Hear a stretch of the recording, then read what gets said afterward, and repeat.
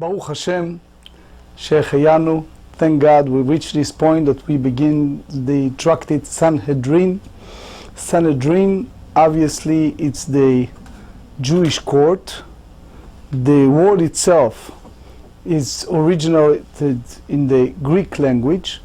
In the Greek language, it's called Mo'etzet Ziknei Ha'am, the council of the elderly, erudite, wise people.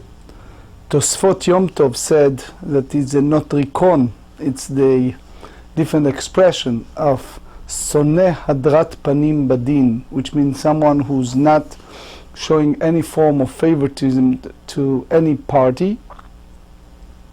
Basically, the Sanhedrin was the Jewish high court. The tractate himself, the Tractate Sanhedrin, it's the Jewish state, the judicial system, and the blueprint of how the Jewish state formulated. The first Mishnah, which is the first parak in this tractate, dealing with three formulation of court, Shlosha Sugei Batei Din, three judges, the very basic one. 23, it's called Sanhedrin Ktana, and either 70 or 71, soon we're going to learn, is Beit Hadin HaGadol BiYerushalayim, the Supreme Rabbinic Court. Dinei Mamonot Bishlosha, when it's come to a monetary law, monetary disputations between parties. So Tosfot said the reason that we are here in Sanhedrin, in this, after three bavot, Bavakama, Metziah, and Batra. So since we have all this structure of so many rules, so many dinim and regulations, now we need to know how to really implement those regulations. So dinei mamonot, monetary disputation, you need to have three judges. Next one is gzeilot v'chavalot bishlosha. When you have an issue of robbery or injury, you need to have three judges. Later, the Gemara explains why specifically they use, when it's come to monetary disputations and many other subjects. Nezek v'chatzi nezek, which means the damage that involve with, for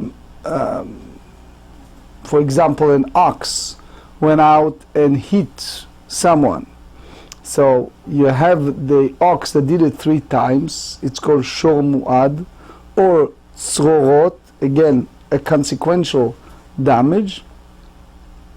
Tashlumei kefel meaning double portion. The Torah said in portion Mishpatim, in the book of Shmot, Exodus, that and also in the other places, that if you have a thief that was caught, he needs to pay double portion. So one of the sources, they use the term im timatze biyado hagneiva. So it means he needs, as a thief, needs to pay a double. Now, later we explain the difference between robber and a thief. In a very general, we always say that a robber goes during the day and rob a bank, so he is, in a way, has no fear of anyone, but thieves have no fear of the Almighty, but fear people. So therefore, it's a double payment. There are other explanations, but that's the general term. V'tashlumei arba'a v'chamisha. There are some cases that we impose 4 times payment, even 5 times payment. So when it's come to 4 times payment, we explain when it's an ox or versus se. So when it's an ox, a person went ahead and sachav shor, he pulled it and he sold it. Versus when it's come to se, for the animal, so he carried on his shoulder. So in a way he denigrated himself. It's called mitbazeh. So Torah chasa. So therefore we impose 4 times. Versus when it's come to klei avodah, in those days they used the ox to do very basic work. So if that was stolen, so he basically took the very basic foundation of a living to another fellow. So therefore there is payment of 5 times of the principal by the thief who slaughtered or sold the stolen ox or lamb. Again, that's based on the Exodus chapter 21. And the important part is bishlosha. It's all used to need to have 3 judges, 3 rabbinic judges that convene and judge. Another type of cases. But just before we continue on, because someone asked me just before the shiur, he already prepared a little bit, so he asked me about gzeilot, about robbery. So in general, the way I try to explain to that fellow is that when it's come shalach yado bepikadon, if someone touched the money that was deposited for him, with him, that's basically considering the same as gazlan, the same as robber. That's the Pirush of Rashi, and the others who said kfira bepigadon sheshalach yado bo. I just want to give vignette of Rashi. Rashi said gzelot kofer בפיקדון, ששלח בו יד אבי גזלן, the moment he touched it, he is a robber. וכן החוטף מיד רברו, if someone grabbed from something that belongs to someone else, הווה גזלן. אבל הווה ולא שילם, לא מקרה גזלן. If someone borrowed, not paid back, is not the same category as a robber, the מלווה להוצאה ניתנה. There is a letter from the Kloisenburger Rebbe. We do not have time here one day. We need to read it. Anyway, so that's Rashi. The Rambam, in Sefer HaMitzvot, he speaks about someone who borrowed, did not pay back. He called it also a gazlan. He called it gazlan, unlike Rashi. Anyway, ha'ones, a case of a rape, someone who raped. V'hamefateh, someone who seduced a virgin young girl, and therefore he needs to pay. These are all paragraph in Deuteronomy 22. He needs to pay 50 silver shekels to the father. And v'hamotzi shem ra, hamotzi shem ra, someone who basically defamed the character of a girl. In the biblical time, it was a time that it's called Eirusin, and sometimes between the Eirusin and the Nisuin, meaning the time that he bring her to his house, can be a period of a year or even more. It was not the Tnaim, it was the Eirusin at that time. So basically at that time, she already committed to him, in a way, total exclusive relationship. If he come back and he claimed that during that time she have a adultery relationship with another man, and therefore he claimed that since that happened she is no longer virgin, and is basically defaming her character, and he turned that it was not true, so therefore he needs to be fined. So he needs to pay the girl's father 100 silver shekel, as well as receives lashes. That's biblical time, Deuteronomy 22. So in order to convene a court to rule such a way, so it has to be bishlosha.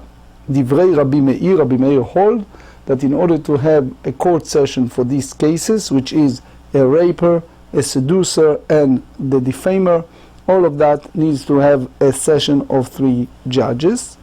The sages interfere here only with the last one, which is the defamer. Motzi shem ra be-23. One who defame her character, you need to have a small Supreme Court, which is 23 judges.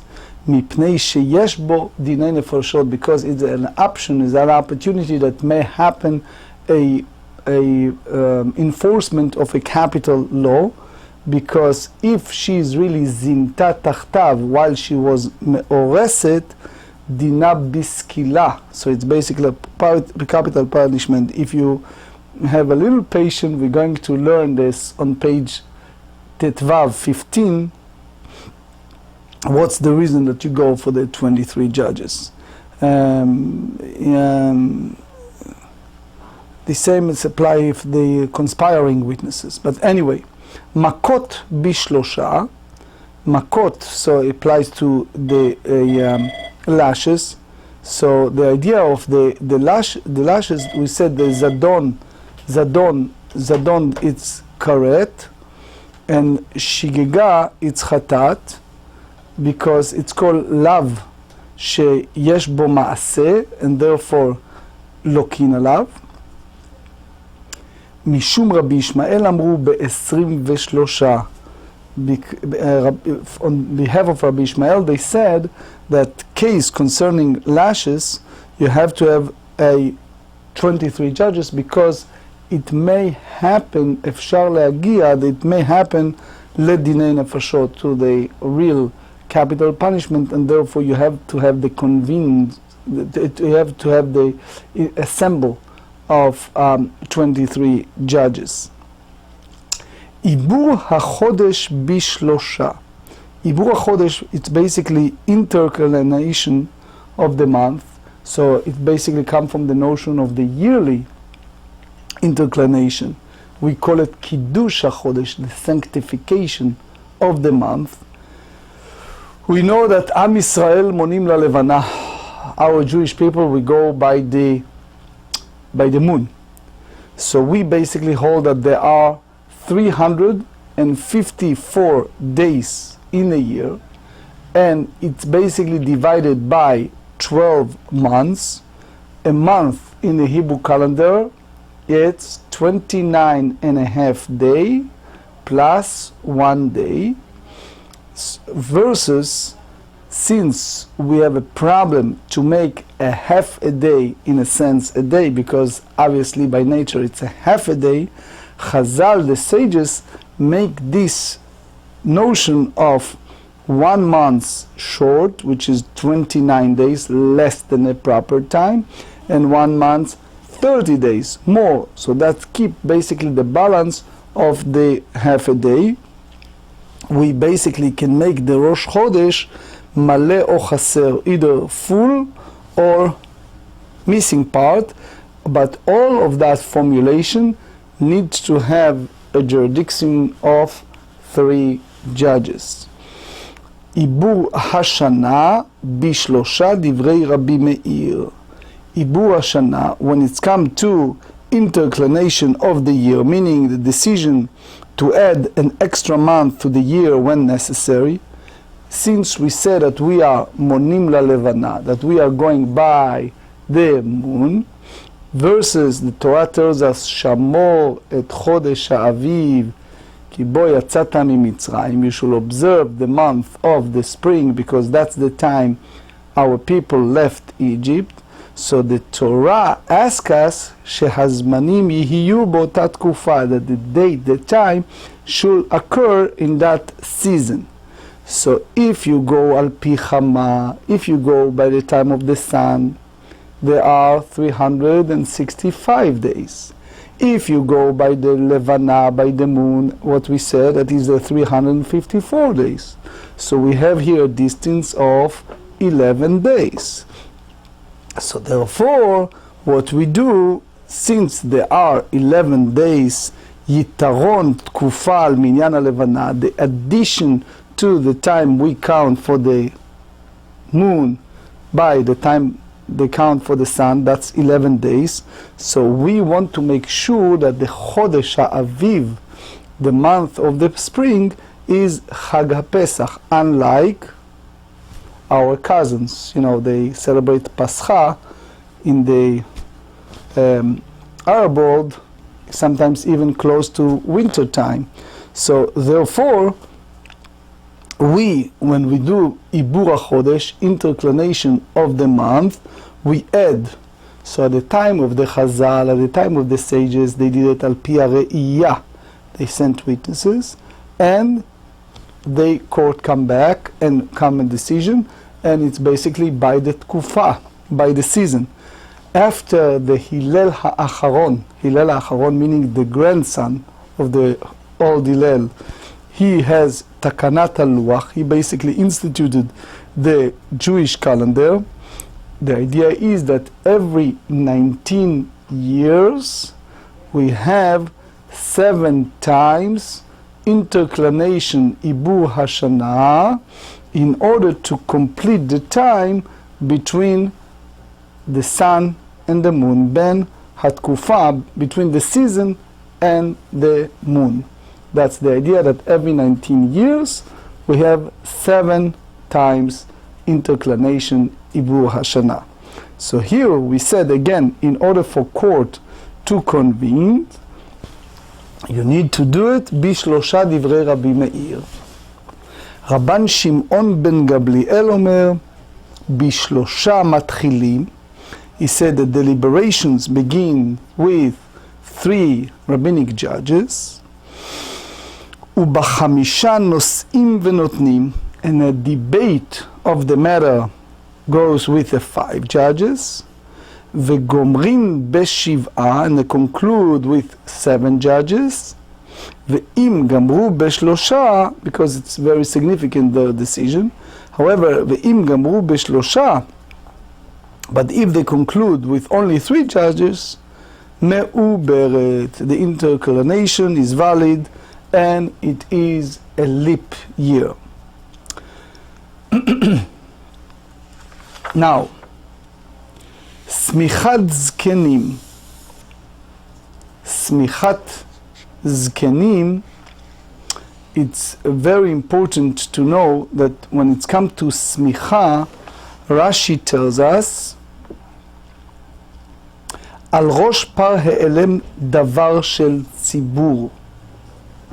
So, it happens that sometimes the community at large needs to bring an offering for atonement. So it's one offering that applies for the entire community.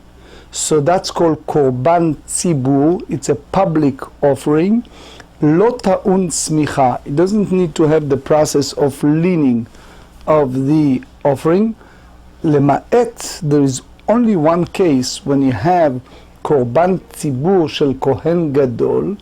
When Kohen Gadol come and confesses for himself, for his household, for the tribe of Levi, and for Klal Israel. But other than that, that's the concept of Smichat Zkenim, a community sin offering, is bought for Shigega, unwritten, unintentional transgression that committed by the Jewish people as a result of erroneous halachic decisions. That's the Torah in Leviticus chapter 4. Now, the Rambam tells us that the Smichat Zkenim is kmo the Samoch, and that's like Vaismoch Moshe et yado alav. But it's very different than what happened, which we call nowadays the Smicha, the rabbinic ordination. Obviously, it's a total different story. The Smicha, the rabbinic ordination, some said it started in Lithuanian, in Lita, in Ashkenazi community, the Yorei Yorei Adin Yadin. There are others who said that it started with the time of Shulchan Aruch, but anyway, that's different. ועריפת עגלה בשלושה. ועריפת עגלה, it's basically you take, when it's come to a time that they found a body, the Torah said in Deuteronomy, there is a body found out of the city. Ki matzeh halal lo noda mi yikau. Nobody knows who is this deceased that found. No one identified. No one know how. So they have the bet din that modedim. They measure. It's a big question how they measure. But then they measure what? Hakira krova, the closest in proximity, the closest city. And then they take a gla rufa, they take a breaking of the heifer's neck, bekufitz banachal. So they perform in front of a panel of 5 judges. That's the Rambam, Hilchot Rotzeach v'Shmirat Nefesh, chapter 9. You see it also in the other Rambam in Hilchot Sanhedrin, chapter 5. So according to Rabbi Shimon, you need to have 3.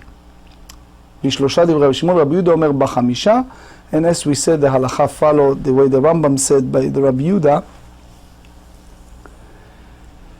החליצה, חליצה we learn it a lot.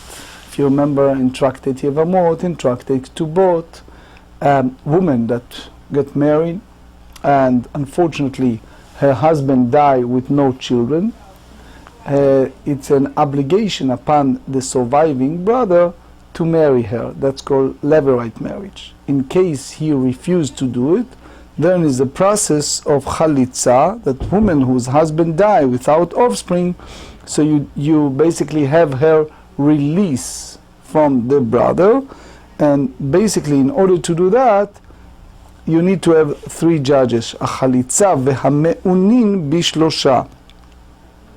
3 judges need to be there, and that's also again the Shulchan Aruch Rabbi Ezra 169 said. והמעונים, the Gemara elaborate and just give the idea of מעונים. מעונים meaning you have sometimes, for example, a young girl that her father passed away, and basically somehow either the mother, the guardian, the oldest brother marry her to someone. So the Torah comes in and said that she have the right to refuse, meaning since she was set up before her time of making decision, which the time that she reached the maturity, which by the basic law is the age of 12. So the whole concept of her have the right to refusal, that's called Mesira lekiddushin mid'Rabbanan. It's only the rabbinic law saying that they can have this type of Mesira lekiddushin, but biblically speaking, she have the right to return, meaning if she reached the age of maturity and she said, I do not want to stay in this marriage, she can go back to her house. She is not called a divorced woman, and she can marry a Kohen. Here is the word of Rashi. יתומה קטנה שהסיעו עמיה ואחיה לדעתה. She agreed as a young orphan to be married, and they set her up accordingly. And then she decided she doesn't want to do that when she reached the age of maturity. So they said, יוצאה בלא גט במיעון. She doesn't need to have a get, a bill of divorce. She can go back, no need. כל זמן שלא גדלה תחתיו. ובשלושה בעינן, you need to have 3 rabbinic judges. דכל דתקון רבנן כאין דאורייתא תקון. Any rabbinic enactment is resonate the decree of the Torah, the rule of the Torah. ומעונין דרבנן דאורייתא, I'm reading the Rashi. אפילו מיעון לא בעיה, דאין קידושי קטנה כלום, אלא אם כן קידשה אביה. So basically all the idea of betrothed, since the father was no longer among the living, it doesn't have any resonation or any framework of legal biblical term of husband-wife. Obviously, Rabbi Akiva Iger, the Noda Yehuda, and many others ask here a question: where do we found all this concept of 3 when you use the Rashi used the word yotz'a belo get? Where do you find the concept of 3 judges when it's come to bill of divorce? So Rashi tells us here tiknu ke'en doraita. The same way as the get need 3 in a bet din. The same way here, but there is a book called Margaliyot Hayam. It's a very fascinating book. Here have a lot of write-up on this Rashi, as well as we said, Noda Yehuda, Rabbi Akiva Iger.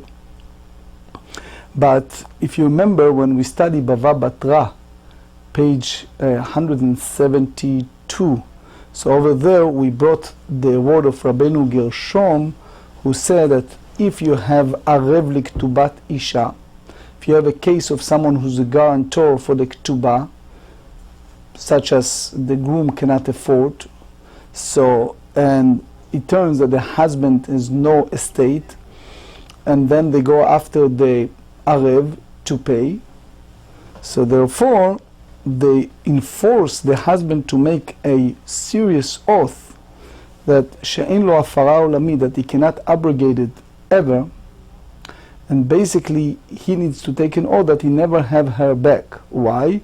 Because if you remember, chosheshim leknunya, we are concerned about colluding, meaning that he doesn't have money now.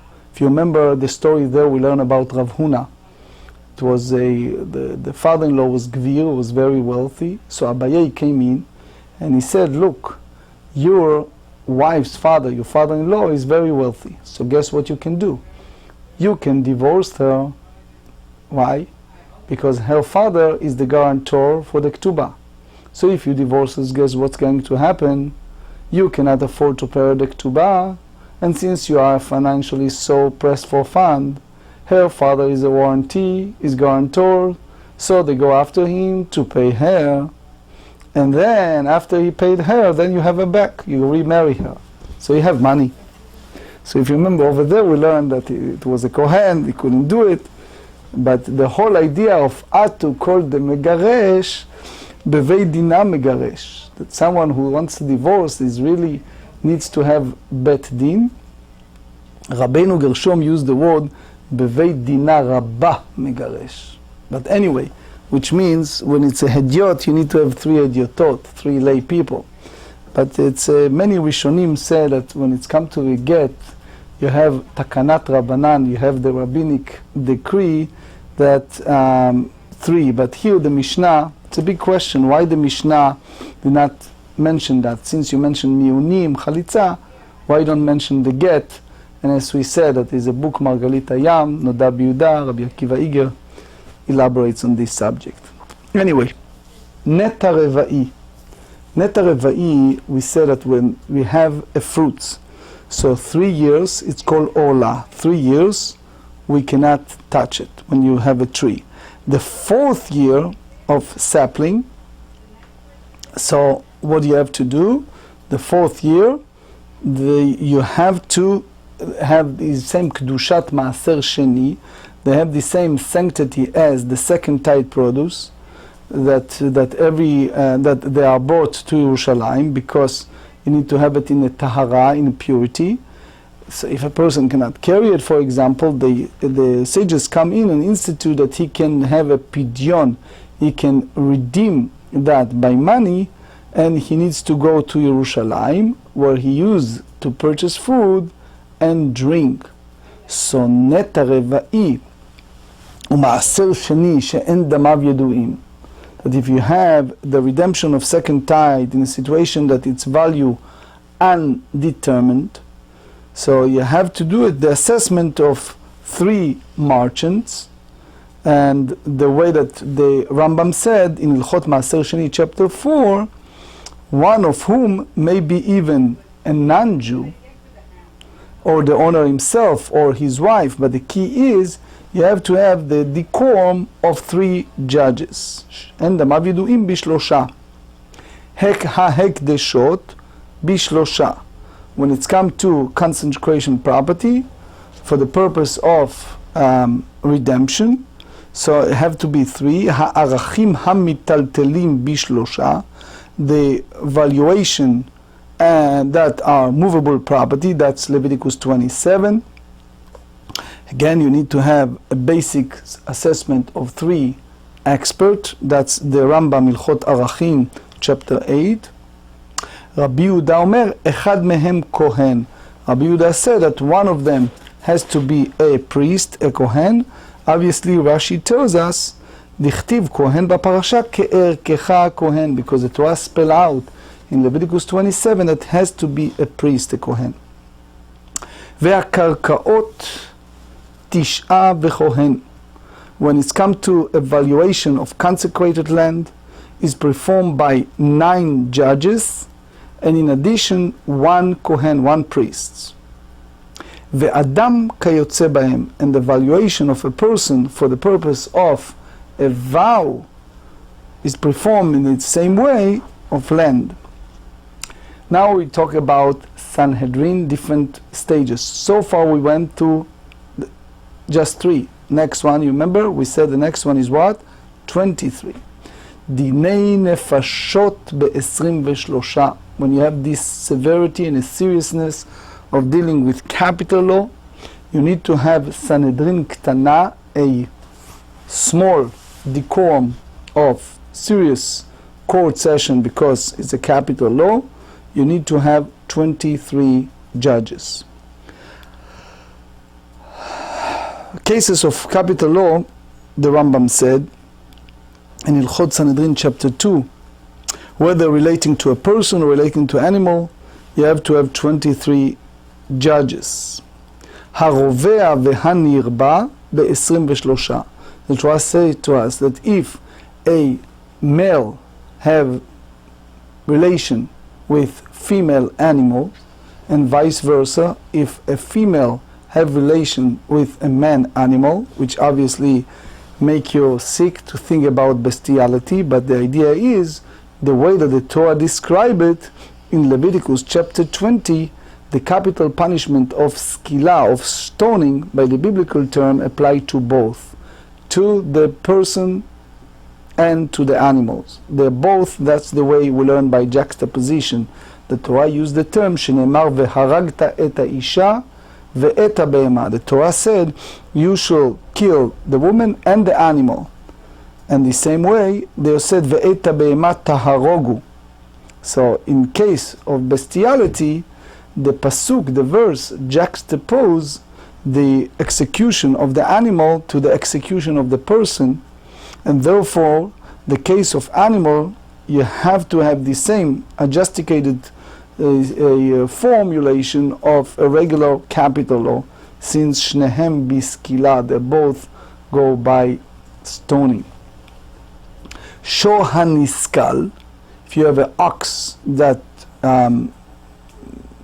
caused death, the chidush, if you remember, we learned it, that even shor tam, even a shor, an ox that did it just less than 3 times, but harag adam, but he caused a person death, so therefore you need to have a court session of ב-23, שנאמר השור יסכל וגם בעליו יומת, כמיתת בעלים כך מתחת השור. You learn the same juxtaposition to both.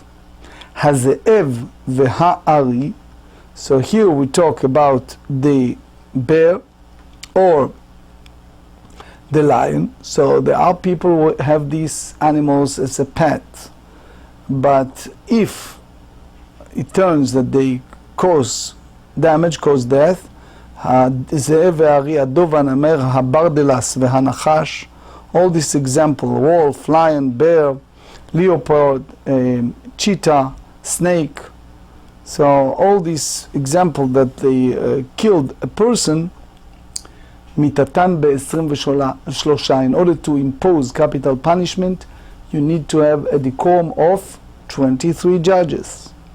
רבי אליעזר אומר, כל הקודם להורגן זכה.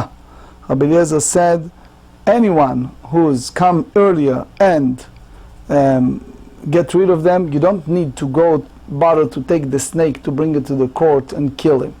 He says, if that's a snake that caused the death of a person, etc., so anyone who killed them first merits the performance of the mitzvah.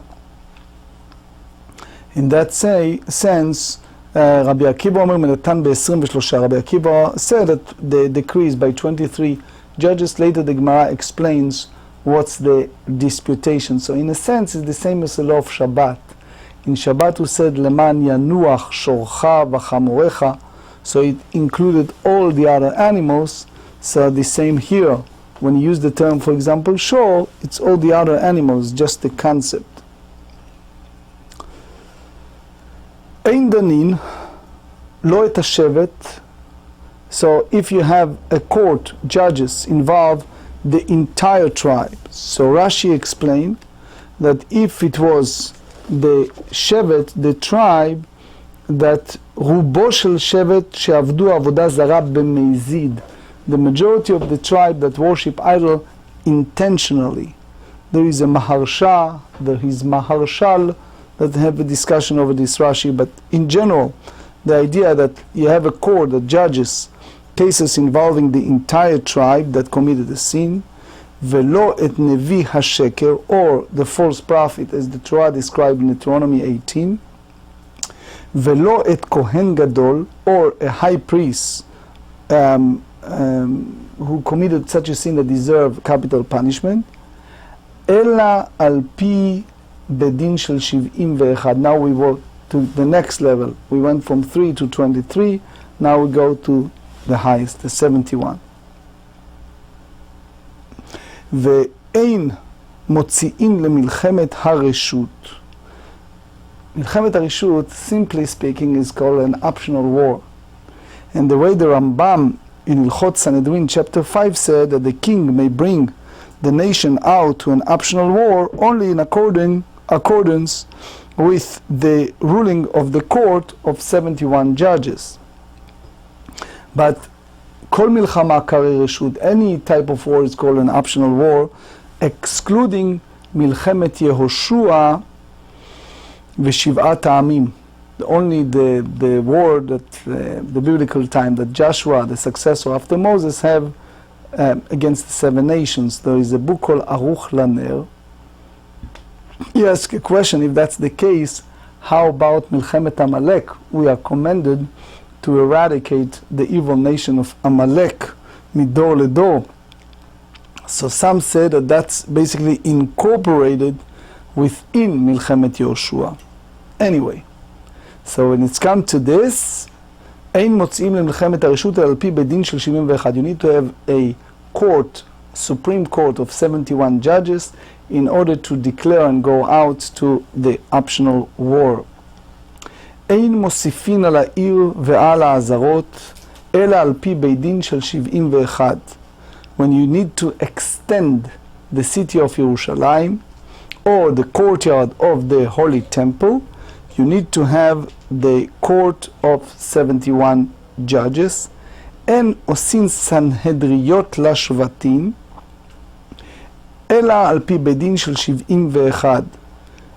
They appointed a lesser Sanhedrin, which is the 23 judges, for the tribes. As we know, we have different tribes and different locations, only the basis of court of 71. אין עושים עיר הנידחת.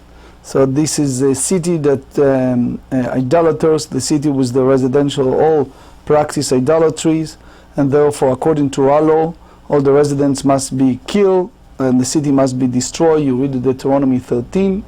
אלא על פי בדין של 71. You need to have a Supreme Court of 71 judges to declare that. אין עושים עיר הנידחת בספר ולא 3, אבל עושים 1 או 2. So basically when it's come to Bedin, we have the concept of Zugot, right? We have the Nasi, we have the other one is the Av Bet Din, but later we elaborate on that. The Rambam in Ilchot Avodah Zarah, chapter 4 said, a city on the frontier cannot be deemed as an idolatrous city, nor can 2 adjoining city be deemed idolatrous city. סנהדרין גדולה הייתה של 71. The number of the judges in the Supreme Court, the Great Sanhedrin, that was, as we said, 71 judges. There is a Rambam in Pirush HaMishnayot. We do not have enough time. It's also Chidushei Harim, dealing with the concept of shoftim veshotrim, just the little bit vignette, little bit key point of the Ramban on the shoftim veshotrim. So he explains that it was bet din lechol shevet, to each tribe have this type of a court, and that Supreme Court memaneh lechol shevet v'shevet, basically formulated small court session internally within their tribe. But anyway, וקטנה של 23. Small, as we said, 23. מניין לגדולה שהיא 71. How do you know that the Great Sanhedrin Supreme Court has to be 71 judges? So here we have a pasuk in the book of Shmot, book of Numbers, chapter 11.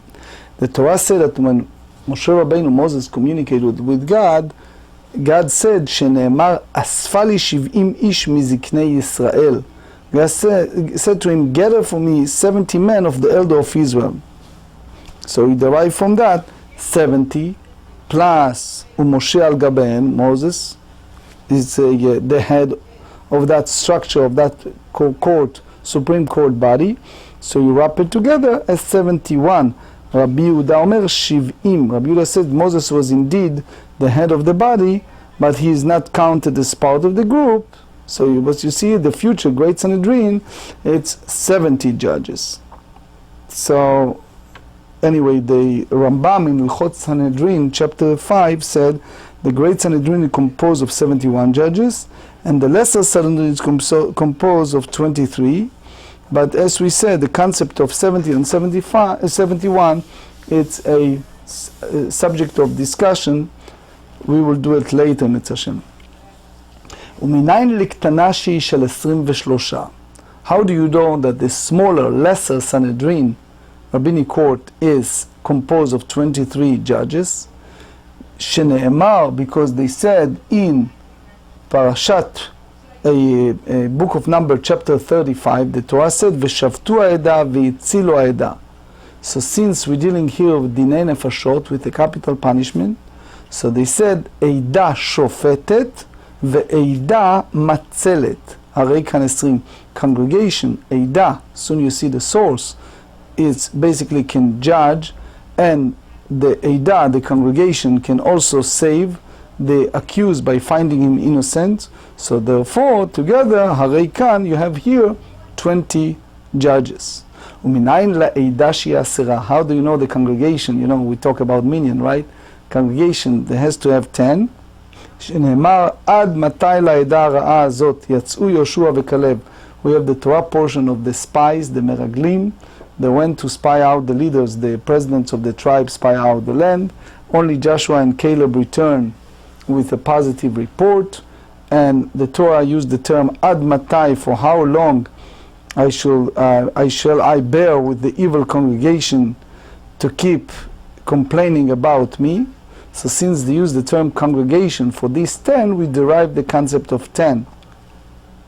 In one of my books, Table Talk, I elaborate more concept of the minyan and importance of the 10.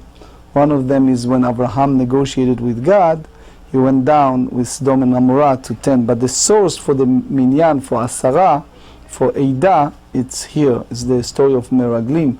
So you see, Eidah shofetet ve'eidah matzelet, the congregation judge and congregation save. ומניין להביא עוד 3. So how we derive from that another 3, since we said 10 and 10, shofetet, matzelet, judge, save. How you add 3 more judges to the court? ממשמע שנאמר לא תהיה אחרי רבים לרעות, because the Torah said in Parashat Mishpatim, book of Exodus chapter 23, you shall not follow the multitude to convict. שומע אני שיהיה עמהם לטובה.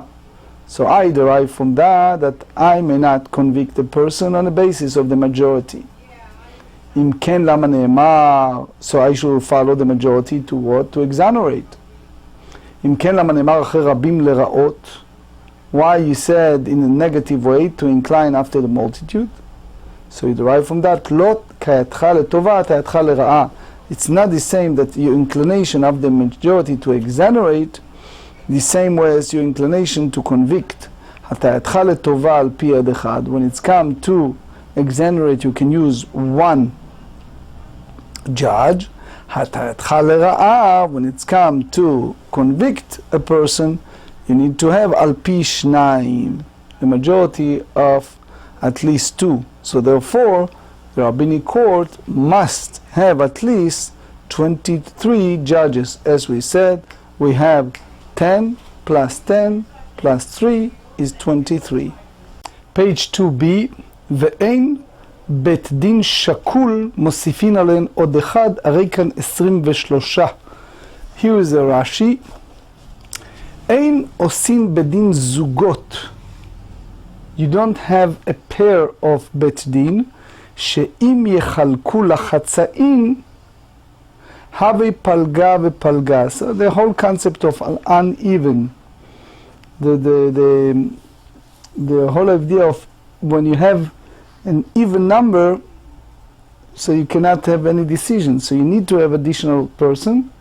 הרי כאן 23, so you take the 10, you take the other 10, and you take the other 3, and you have here the situation that is uneven, so you can make it happen. Now it's another point, is the last point of this beautiful Mishnah. וכמה יהא בעיר ותהא ראויה לסנהדרין. So how many inhabitants live in that city in order, or the language here that said how many men must be in a city, but the idea is that you have to have a eligibility of the Bet Din in order to ותהיה ראויה לסנהדרין. Sanhedrin, it means here Beit Din Ktana, the 23. So they said 120, 120. רבי נחמיה אומר 230 כנגד שרי עשרות. When פרשת יתרו advised his son-in-law Moshe Rabbeinu in Exodus chapter 8 that he should divided, uploaded, and not involved in micromanagement and micro court sessions, so it should be divided by the tribunal in a sense of a leaders of group. So in order to have a srara, כיוון שזה עניין של שררה, it's something involved with honor of recognition, so therefore srara has to be, recognition has to be 10, and now 230 כנגד שרי עשרות, so you have the 23 and is the equivalent. So because that's the minimum amount of people. That's the 10 residents. The Rambam in Hilchot Sanhedrin chapter 1 said a city that has 120 residents within it's eligible to have a lesser Sanhedrin. So now the Gemara, beginning of the Gemara, they ask a question: why did the Mishnah repeat the same rules? The Mishnah started, you remember? The Mishnah started Dinei Mamonot Bishlosha, and then Gzelot v'chabalot Bishlosha. When you are using the term Gzelot v'chabalot, robbery and personal injury, that's part of monetary law. Atu Gzelot v'chabalot lav Dinei Mamonot ninhu. It's part of the monetary law. Amar Rabbi Abau, it's important to remember that Rabbi Abau, he said, Mahen katane, mahen mamonot, gzelot v'chabalot, avodot v'alvarot lo. Rabbi Abau just want to say that it's basically extrapolation or expansion, in a way elaboration of the Mishnah. The idea is that when you use the term of monetary law, monetary disputation, it's the matter of that you have to have a quorum of 3 judges. You have these cases of robbery and personal injury, but cases of admissions where one party admits that he owes another money, v'halvaot and loans that one is not paid. So the idea is davar shebal gmilut chasadim, that something come out of loving kindness, because why? You have a lender, you have a borrower. The lender lend money to a borrower. The fear is that people will not lend money to others. Here is the word of the Rashbam.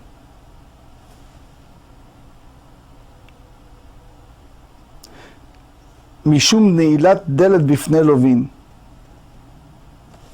So the Rashbam tells us, is a beautiful Rashbam here, we're running out of time. But people not lend money if they knew that, oh, I lend money and I get so many troubles and I need to take him to court and I need to go to all these sessions. I don't want to bother with lending money anymore. So that's the reason why we differentiate between cases of robbery and personal injury versus admissions and loans. And therefore we need this type of specification, utzricha. We need it. Why? The itana dinei mamonot. If we have the Tana in the Mishnah teach us a general term of what? of cases of monetary law, and you meant to say that you need to have a decorum of 3 rabbinic judges in order to rule when it's come to monetary disputations. Hava amina, I may think that that also applies the afilu hodaot ve'alvaot, even in cases of what? Of admissions and loans.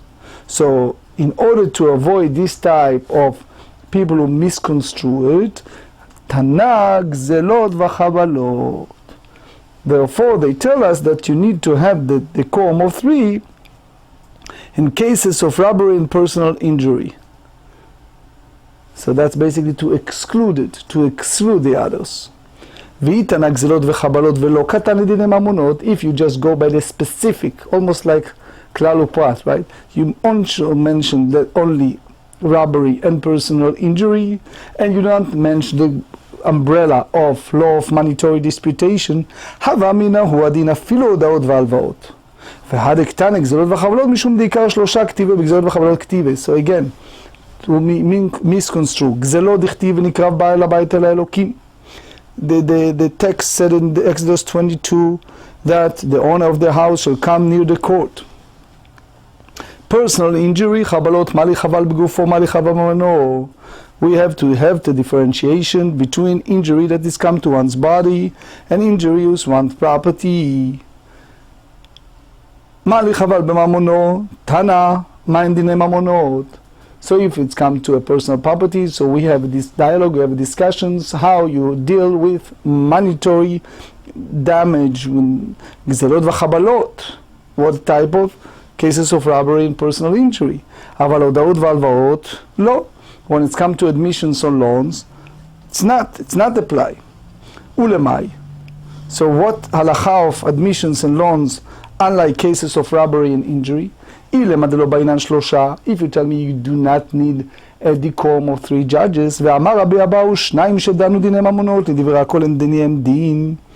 Rabbi Abahu said that if you have a court that adjudicated by only, when it's come to a monetary disputation, only by the court of only 2, it says everyone agrees, Ein Deniyam Din, the judgment is not a valid judgment. Why? Because we said that the court with fewer than 3 judges is invalid. Tosfot said, just a side note, we did not have time, that according to a view of Shmuel, there are situations of bedin of 2. But anyway, Elav delo ba'einan mumchin, that will not require expert. So Rashi tells us here, and also in the Parashat Mishpatim, basically we're going to explain it, we don't have time, on page 5, Daf Hey, that when we come to Beidin Smuchim, what does that mean? They need to get a reshut, minasi Beit Adin, they need to give a special permission from the president of the Supreme Rabbinic Court in order to have a adjudication, in order to have a court session. So Beit Din is basically expert, it's called mumchim, ish mipi ish, that they have this type of recipient of the teaching, and also the kiblu reshut, they have a special consent, a special permission, versus when it's come to hodaot ve'alvaot, admissions and loans, since we want to avoid lol in all delet bifnei lovin, we want to avoid the situations that the people were afraid to lend money, so therefore we do not need this session of Bet Din. It's important to know that in Shulchan Aruch Hoshen Mishpat, in chapter 3, he said, if 2 judges adjudicated a case of monetary law, their judgment is not valid judgment unless the litigant explicitly accepted them as judges. That's basically the view of Rabbi Abahu. You see it also in the Rambam, Ilchot Sanhedrin, chapter 2.